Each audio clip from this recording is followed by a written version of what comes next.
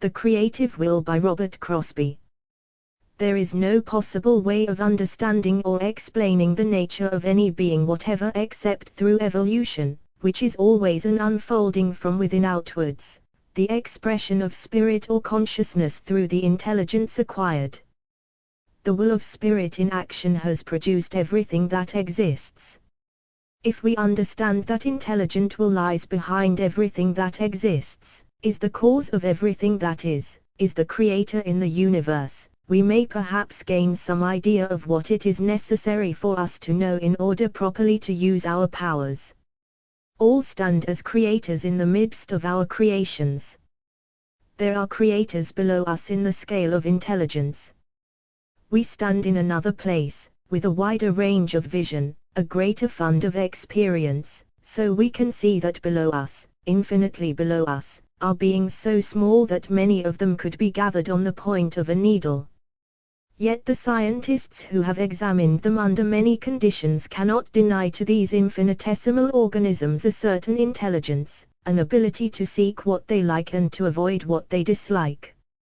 From the smallest conceivable point of perception and action there is a constantly widening range of expression, of evolution, a development more and more in the direction of a greater range of being. This evolution of intelligence, or soul, proceeds very slowly in the lower kingdoms, more rapidly in the animal kingdom, and in man has reached that stage where the being himself knows that he is conscious, that he can understand to some extent his own nature and the natures of the beings below him, and see their relation to each other. Man has now reached a point where he begins to inquire what more there is for him to know. He has ceased to think exclusively of the material, he is sensing his own nature, and he asks, "What am I, whence came I, whither do I go?" If we have these ideas, we can perceive that there must have been in the past some amongst men who asked these very questions that we are now asking, and who took the steps that carried them to a higher point of experience and knowledge than we now occupy. It is these very beings, now above us, who form a stratum of consciousness, of knowledge and power, that we have not, men who have passed through the stages we are now in. They are the very ones who come to this earth as saviors from time to time. As Christians, we look back to the advent of one such, and think of him as unique. Yet he came in his time to but one small nation, he said himself that he came but to the Jews. Do we not know that every civilization and every tribe that ever has existed has held a similar record, that of some great personage who came amongst them? Back of all the religions that ever have been, there is the record, the tradition, of some great personage. And we find an astonishing fact in studying the scriptures and teachings of other days, each of these great teachers taught the same doctrines. There is no difference between the teachings of Jesus and the teachings of Buddha, although those teachings are recorded in different languages and an interval of 600 years separated the two great teachers. What is true of these two is likewise true of all the other many saviors of different times and peoples, they all taught the same fundamental ideas. This fact suggests that there is a body of men, of perfected men, product of past civilizations and evolution, our elder brothers, in fact, who have acquired and are the custodians of the knowledge and experience gained through eons of time. Their knowledge is actually the very science of life, for it enters into every department of existence, of nature. They know the natures and processes of the beings below man, and above man, as we know the processes of ordinary everyday experience. This knowledge they have preserved and recorded, and they have the memory of it, just as we have the memory of yesterday's experiences and events. They have not extended their power to know. We have each of us the same power to know that is theirs. But they have extended the facilities of the instruments which they possess.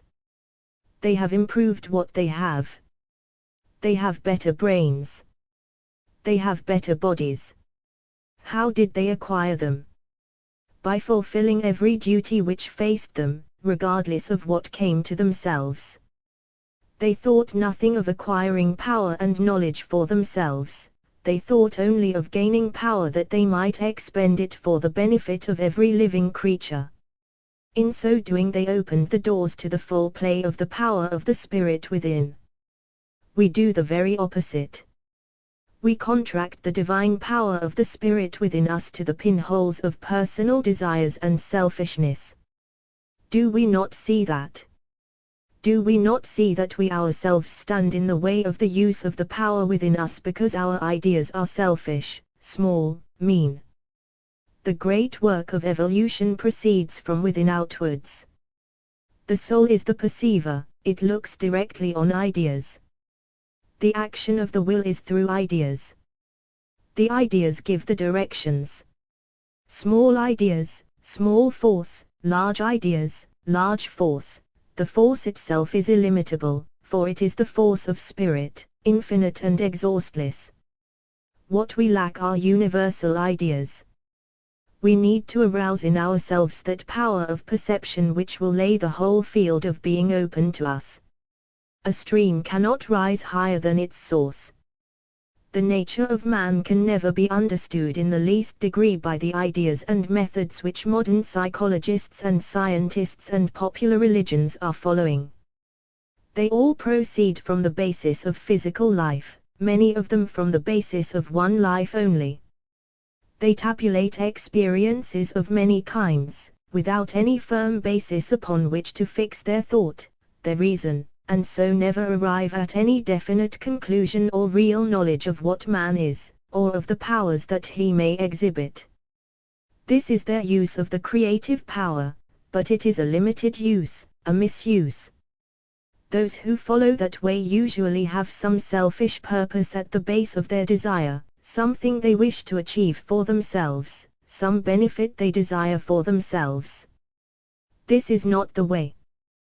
Theosophy says that if the desire or aspiration is unselfish, noble, universal, then the force which flows through the individual is grand, noble, universal in its character.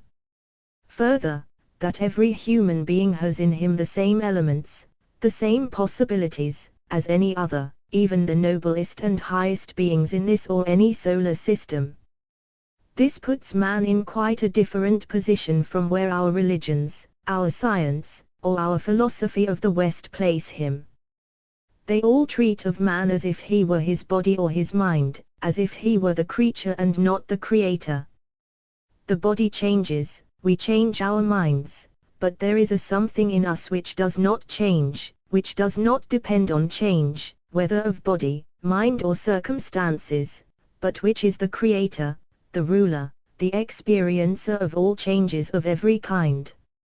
It is this portion of our nature, the real man within us, that we need to know the nature of. If we can reach such a point of perception that we can grasp the fact of the spirit within us, we shall have reached a point where a knowledge of ourselves is possible, and if a knowledge of ourselves, then a knowledge through that of all other beings whatsoever. The great teachers point to the fact that the real basis of man's nature is divinity, spirit, God.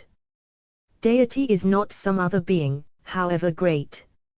It is not something outside. It is the very highest in ourselves and in all others. That is the God, and all that any man may know of this spirit is what he knows in himself, of himself, through himself. This is the idea that all the ancients put forward in saying there is but one self, and that we are to see the self in all things and all things in the self. That is what we all do to some extent, we see the self, more or less. Nothing is seen outside ourselves, everything that we see or know is within ourselves. But we think of the self in us as mortal, perishable, having no existence apart from this body and this mind, and as separate from the self in all other forms. If we had within us and behind us all the power that there is in the universe, and we had no channel through which that power could flow, or only a narrow, twisted, distorted channel, that great power would be of no use to us, would be non-existent to us. To open up the channel, it is necessary for us to understand the real basis, the God within, immortal and eternal, the source of all being, our very selves. Second, that all action proceeds from that source and center of our being and of all being. Then who is the constructor of all? How was all this evolution brought about? All the beings involved in it make up both the world and its inhabitants. All that exists is self-produced, self-evolved, the creation of spiritual beings acting in, on, and through each other.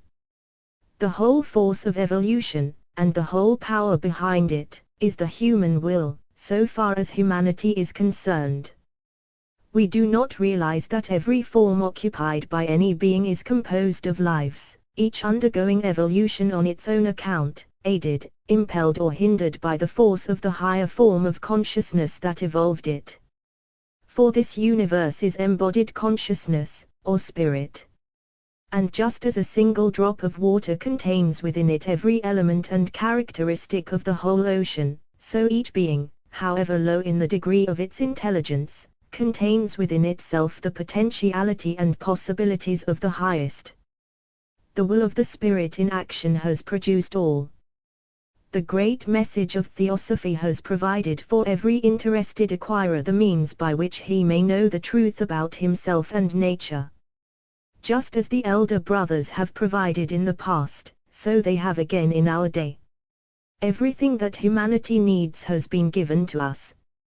But can you give to anyone what he does not want?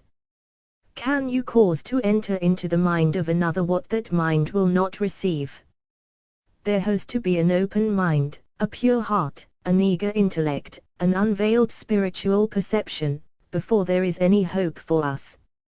As long as we are self-centered, as long as we are satisfied with what we know and what we have, this great message is not for us. It is for the hungry, for the weary, for those who are desirous of knowledge, for those who see the absolute paucity of what has been put before us as knowledge by those who style themselves our teachers, for those who find no explanation anywhere of the mysteries that surround us, who do not know themselves, who do not understand themselves. For them there is a way, for them there is food in abundance, for them this whole movement is kept in being by one single will, the will of the elder brothers who have carried these great eternal truths through good and evil in order that mankind may be benefited, not desiring any reward, not desiring any recognition, desiring only that their fellow men, their younger brothers, may know, may realize what they know.